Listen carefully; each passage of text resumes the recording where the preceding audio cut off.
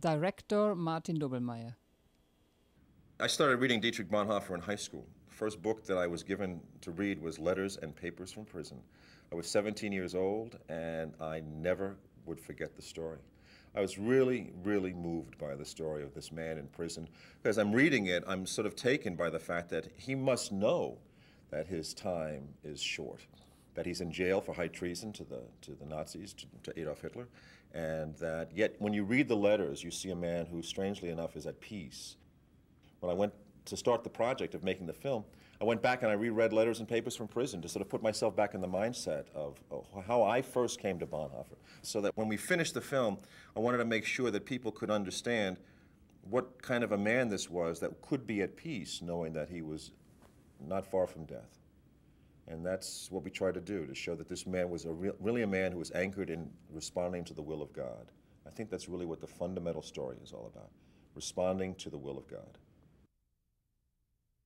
We wanted to speak to things that nobody had spoken to before in this kind of a film, and particularly the use by the National Socialists, the Nazis, of religious imagery, religious language, religious symbolism. So we went looking for really different footage. Wir lassen nicht von dir, nun segne unseren Kampf unsere Freiheit und damit unser deutsches Volk und Vaterland. Swastikas over marriage ceremonies in churches and the pastors giving the Nazi salute. And I think people have said time and time again, this is the kind of imagery that they had never seen before, and they found it really disturbing to see their church people really part of the National Socialist program.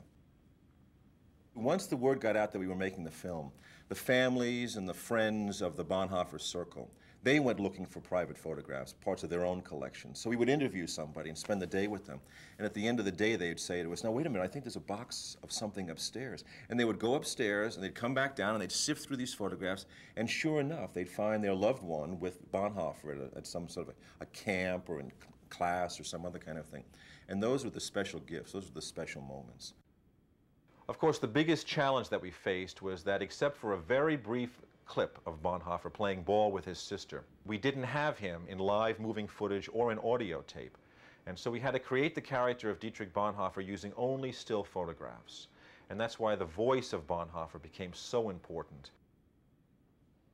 Our first choice always was Klaus Maria Brandauer, and when he came into the studio that day to record the voice of Bonhoeffer, we knew we had really captured a whole new dimension of the Bonhoeffer character with Brandauer.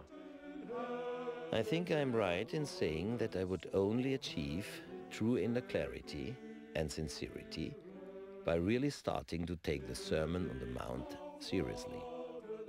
This is the only source of strength that can blow all this nonsense sky high.